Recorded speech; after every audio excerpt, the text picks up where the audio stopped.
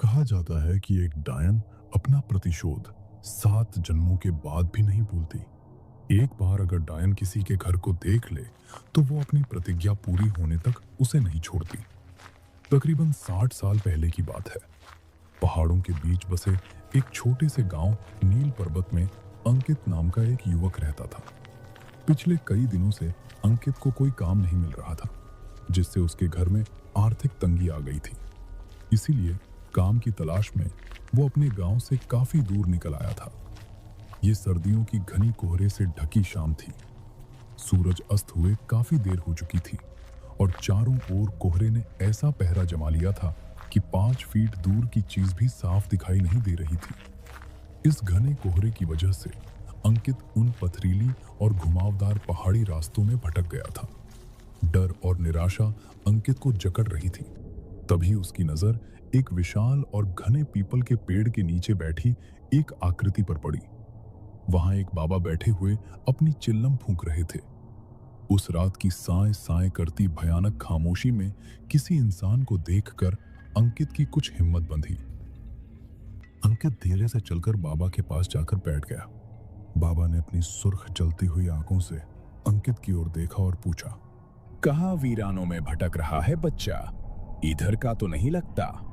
अंकित ने कांपते हुए जवाब दिया, मैं 7 कोस दूर नील पर्वत गांव से काम की तलाश में निकला था।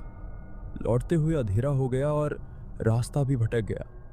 डर और घबराहट से मेरा दिमाग काम नहीं कर रहा। बाबा ने चेतावनी देते हुए कहा, पहाड़ों में ऐसे दिन ढले वीरान रास्तों पर निकलना ठीक नहीं होता। तू ये जो नहर के साथ वाली पगडंडी है उसे पकड़ कर निकल जा। आगे एक गांव पड़ेगा, वहां जाकर मदद मांग लेना। और हाँ, अब रास्ते में रुककर इधर उधर मत देखना। हड्डियों को गला देने वाली कंपकंपाती ठंड में भी बाबा के चेहरे पर ठंड का कोई असर नहीं था। उनकी वेशभूषा अंकित को बहुत रहस्यमय लगी। बाबा ने अंकित के कांपते शरीर को देखकर फिर कहा, बेटा, जितना जल्दी हो सके उतना जल्दी यहां से निकल जाओ, नहीं तो ठंड में जम जाओगे और तुम्हारे साथ कुछ भी हो सकता है। ये जगह ठीक नहीं, यहां से जल्दी निकल जाओ। अंकित पहले से ही बहुत घबराया हुआ था और बाबा की ये सब बातें सुनकर वो और भी घबरा गया। बाबा फिर से सिर झुकाकर अपनी चिल्लम फूंकने में व्यस्त हो गए। अंकित कुछ पल वहीं खड़ा रहा और फिर चुपचाप बाबा के बताए रास्ते पर आगे बढ़ने लगा। जैसे जैसे अंकित आगे बढ़ रहा था, पास के घने जंगल से आती जंगली जानवरों की आवाज से उसका डर और बढ़ रहा था। अचानक उसे अपने पीछे किसी के कदमों की आहट सुनाई पड़ने लगी। इतने सुनसान रास्ते में अचानक कौन मेरे पीछे चल रहा है? बाबा ने कहा था मुझे पीछे मुड़कर नहीं देखना है। अंकित अभी कुछ समझ ही पाता कि उसे अपना नाम सुनाई दिया। आवाज वही थी जो कुछ देर पहले पीपल के पेड़ के नीचे से आई थी। अंकित, अंकित, इतनी जल्दी मेरी आवाज भूल गए? अपना नाम सुनकर अंकित ने डर कर पीछे मुड़कर देखा। उसे अपने ठीक पीछे वही बाबा दिखाई दिए। अंकित ने हैरानी से सोचा, बाबा ने इतनी दूरी कुछ ही पलों में कैसे तय कर ली? बाबा मुस्कुराए, आओ, मैं तुम्हें ये रास्ता पार करा देता हूं। तुम्हें डर लग रहा था ना? बोलो, कहां तक जाओगे? बाबा की अचानक मौजूदगी और उनका अंकित का डर जान लेना उसकी घबराहट बढ़ा रहा था। लेकिन बाबा की चेतावनी याद करके वो चुप रहा। लगता है तुझे मेरी मदद की जरूरत नहीं है। अंकित जल्दी से बोला, नहीं, ऐसी बात नहीं है। बस मेरा कोई ठिकाना नहीं बाबा। काम की तलाश में निकला था। रात में किसी गांव में डेरा लगा लूंगा, सुबह फिर काम ढूंढूंगा। बाबा ने अपनी लंबी उंगली से एक और इशारा किया। इस रास्ते से दाएं घूम जाना, आगे एक जंगल दिखाई देगा। उसके पार एक बूढ़ी औरत रहती है जिसका नाम बुंदी बुआ है। वो किसी विश्वास के आदमी को ढूंढ रही है जो उसके बंगले की मरम्मत कर दे। बदले में तुम्हें अच्छी रकम दे देगी। बाबा की ये बातें सुनकर मक आ गई। बाबा ने उसे चेतावनी देते हुए कहा, लेकिन उसकी एक शर्त है, बस अपने काम से काम रखना होगा। घर में किसी सामान को हाथ नहीं लगाना है और बुंदी बुआ से कोई सवाल भी नहीं करना है। एक और बात का ख्याल रखना, बुंदी बुआ के पीछे जाने की गलती कभी ना करना। अंकित ने खुशी से कहा, मुझे बस काम मिल जाए, इसके अलावा मुझे उस बूढ़ी औरत से कोई मतलब नहीं। आपका बहुत बहुत धन्यवाद बाबा। अंकित ने बाबा से पूछा, लेकिन इतनी रात में क्या वहां जाना सही रहेगा? तुम जाओ, वो बुढ़िया रातों को सोती नहीं है, तुम्हें वो तुम्हारा इंतजार करती मिलेगी। काम के लालच में अंकित बाबा के बताए सुनसान रास्ते की ओर मुड़ गया।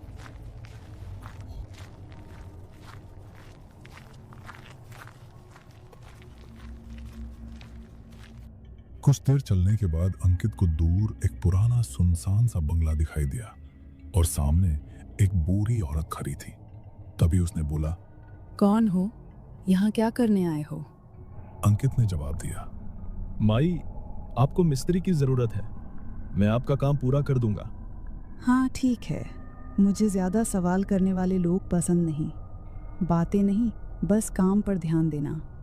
पैसे की चिंता मत कर, तेरी इच्छा से ज़्यादा ही मिलेगा। इतना कहने के बाद बूंदी बुआ उसे अपने साथ बंगले के अंदर ले गई। अंदर का माहौल कुछ अजीब था। जगह जगह छोटे छोटे आईने और अलग आकार की काले कपड़े से बनी गुड़िया दिखाई दे रही थी। गुड़ियों की आंखों से लाल रंग दिखाई दे रहा था, जिससे वे बहुत भयानक दिखाई दे रही थी। बुढ़िया ने उसे रात में ठहरने को एक कमरा दिखा दिया और अगले ही दिन रात से काम शुरू करवा दिया। इस आंगन को खोदकर यहाँ पर एक पक्का कुआं बनाना है और हाँ, इसके आसपास चारों ओर दीवार बनाकर घेरा भी करना है। अंकित खुशी खुशी काम करने लगा। दिन भर बिना मुंह से चूं की भी आवाज किए वो अपने काम में लगा रहता। बदले में बूंदी बुआ उसे दुगनी मजदूरी और दोनों समय का अच्छा खाना खिला देती। एक सप्ताह के बाद काम पूरा हो गया। ये ले तेरा हिसाब। नील पर्वत गांव से आया है ना तू? हाँ, नील पर्वत से ही आया हूं, लेकिन आपको कैसे पता? अंकित के मुंह से सवाल निकल गया। अंकित की बात सुनकर बूंदी बुआ ने गुस्से से उसकी ओर देखा। उसकी आंखें क्षण भर के लिए और भी ज्यादा सुर्ख हो गई। बोला था ना, कोई सवाल नहीं।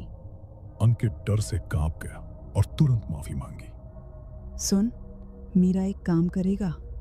तेरे गांव में एक आदमी रहता है, बलराम सिंह, मेरा दूर का रिश्तेदार है। उस तक कुछ सामान पहुंचाना है तुझे। इस काम के बदले मैं थोड़े पैसे और दे दूंगी। अंकित कुछ और पैसे मिलने के लालच में खुशी खुशी बूंदी बुआ का सामान पड़ोसी गांव तक पहुंचाने को तैयार हो जाता है। बूंदी बुआ ने एक पोटली बांधकर उसे थमाई और कुछ पैसे देकर विदा कर दिया।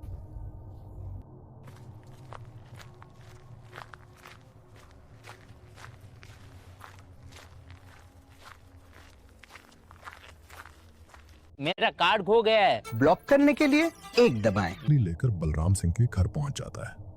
जी, क्या आप ही बलराम सिंह हो? बलराम सिंह के लिए ये सामान उनकी किसी जानने वाली ने भिजवाया है। बलराम सिंह एक शांत दिखने वाले व्यक्ति थे। उन्होंने पोटली को गौर से देखा। कहाँ से आए हो? किसने भिजवाया है? मुझे ज्यादा जानकारी नहीं है। मैं तो 7 कोस दूर काम करने गया था। वहीं एक बुढ़िया मिली जिसने ये सामान आपको देने के लिए कहा। बलराम सिंह हैरानी से वो पोटली खोलकर देखते हैं तो उनकी चीख निकल जाती है। उनके चेहरे का रंग उड़ गया। तुरंत ही वो उस पोटली को वापस कसकर बांधते हैं और उसे अंकित को वापस पकड़ा देते हैं। इसे तुरंत वापस देकर आओ। ये मेरा सामान नहीं है और खबरदार अगर आज के बाद यहां दिखाई दिया, मुझसे बुरा कोई नहीं होगा। बलराम सिंह को गुस्से और डर से भरा देखकर अंकित पोटली लेकर अपने घर आ जाता है। घर आकर अंकित ने अपनी पत्नी ऊर्जा को सारा हाल बताया। आजकल किसी के साथ भलाई करने का जमाना ही नहीं रहा। 7 कोस दूर से मैं ये पोटली ढोकर लेकर आया और यहाँ आकर उस बूढ़े ने सामान लेने से इनकार कर दिया। ऊर्जा, उसकी पत्नी ने कहा, अरे छोड़िए ना, आपको क्या जरूरत है वहां जाने की? इसमें जो भी सामान है उसे हम रख लेते हैं। पागल मत बन, हमें इसे खोलने की भी जरूरत नहीं है। जो अपना नहीं वो मिट्टी। लेकिन अंकित की पत्नी ऊर्जा को उत्सुकता थी, इसलिए रात को अंकित के सोने के बाद चुपके से पोटली खोल देती है। पोटली देखकर उसके पैरों के नीचे से जमीन निकल गई। इस पोटली में तब बड़ा ही अजीब सा जादू टोने का सामान रखा हुआ था। छोटे छोटे बाल, कुछ हड्डियां और एक काली गुड़िया जिस पर लाल सिंदूर लगा था। हे भगवान, कहीं इसीलिए तो उस बूढ़े ने ये सामान इनसे वापस करने को तो नहीं कहा था। ऊर्जा डर और घबराहट से पसीने से तरबतर हो गई थी। उसने तुरंत पोटली को वापस कसकर बांधा और वो भी सोने चली गई। अगली सुबह उसने अंकित को जगाया। सुनिए जी, ये पोटली उस बुढ़िया को वापस देकर आइए, और चाहे जो हो जाए आप वहां एक पल को भी ठहरना मत। अंकित वो पोटली लेकर घर से निकलकर अभी कुछ ही दूर पहुंचा था कि बलराम सिंह के घर से रोने की आवाजें सुनाई दी। गांव के कुछ लोग भीड़ लगाए खड़े थे। अरे भाई, बड़ी बुरी मौत हुई बलराम काका और उनकी पत्नी की। लगता है किसी ने मारकर फांसी पर लटका दिया। लेकिन हैरानी की बात तो यह है कि कमरा अंदर से बंद था। ये किसी इंसान का काम नहीं हो सकता। पूरा शरीर ऐसे मरोड़ा हुआ था जैसे कोई कपड़े की गुड़िया को मरोड़ता है।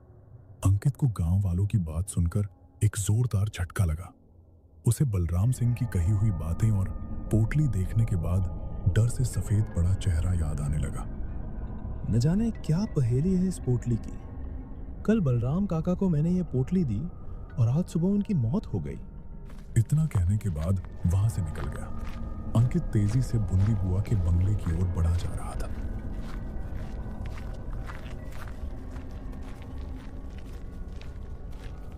आज जब वो बंगले के सामने पहुंचा तो पाया दरवाजे पर एक ताला लटक रहा है और बंगला भी उसे कुछ ज्यादा ही सुनसान सा नजर आया। अंकित अब इस बंगले और बुढ़िया का सच जानना चाहता था, इसलिए वो अंदर घुस जाता है। अंदर का नजारा देखकर उसकी आंखें आश्चर्य से फैल गईं। बुंदी बुआ के कमरे में उन पुरानी काली गुड़ियों के साथ 3 नई काली गुड़िया लटकी हुई थी और उनमें से एक गुड़िया के कपड़े उसे कुछ जाने पहचाने नजर आ रहे थे। वे हूबहू उसकी पत्नी ऊर्जा के कपड़ों जैसे थे। अंकित घबराकर उस बंगले से निकलकर बाहर सड़क की ओर आ जाता है। वहां से गुजर रहे एक ग्रामीण से उसने पूछा, भाई, कुछ पता है ये बुढ़िया कब तक लौट कर आएगी? अंकित की बात सुनकर उस आदमी ने उसे ऊपर से नीचे तक घूरते हुए कहा, पागल वागल है क्या भाई? क्यों कह रहे हो भैया? क्योंकि यहाँ कोई नहीं रहता। 50 साल से लटका है ये ताला। और हाँ, भूत बंगला है ये। रात के समय भटकना भी नहीं उसके आसपास। क्या भूत बंगला? अंकित की रीढ़ में ठंडक दौड़ने लगी। भाई, मेरे दादा कहते थे किसी डायन का बंगला है ये। एक तांत्रिक था जिसने इस डायन की चोटी काटकर इसे जला दिया था। तब से ये बंगला ऐसे ही पड़ा हुआ है। कहते हैं आज भी रात के समय इस रास्ते से गुजरने वाले लोगों को वो डायन दिखाई दे जाती है और उस तांत्रिक का पता पूछती है। अपने सूखते हलक से अंकित ने अपना आखिरी प्रश्न किया, तांत्रिक कहाँ रहता है? सुना है उसने इस डायन को मारने के बाद ये काम छोड़ दिया और दूर किसी गांव में जाकर बस गया। उसकी पहचान अब किसी को नहीं पता। आदमी के जाने के बाद अंकित को सारी पहेली समझ में आ गई। जरूर बलराम सिंह वही तांत्रिक है जिसे वो ढूंढ रही थी, और उसे मारने के लिए उसने मुझसे इस पोटली में कोई तंत्र का सामान भिजवाया था जिसने बलराम सिंह और उनकी पत्नी की जान ले ली, और वो गुड़िया डायन की थी। अंकित कांपते हाथों से उस पोटली को उठाकर जंगल की ओर फेंककर अपने गांव लौट आता है। गांव आने के बाद उसने अपने घर का दरवाजा खोला तो उसके सामने का नजारा देखकर वो जम गया। उसे उसकी पत्नी ऊर्जा भी बलराम सिंह की तरह रहस्यमय हालत में फंदे से लटकी हुई दिखाई देती है। उसका शरीर भी मरोड़ा हुआ था। पत्नी के जाने से अंकित पूरी तरह टूट गया था। वो हर पल खुद को ही ऊर्जा की मौत का जिम्मेदार मान रहा था। आधी रात का समय था, तभी उसे अपने दरवाजे पर दस्तक सुनाई देती है। अंकित दरवाजा खोलता है। कुछ ही दूर पर पेड़ की ओट में काले कपड़े वाली बुढ़िया घूंघट के पीछे से झांकती हुई उसे नजर आती है।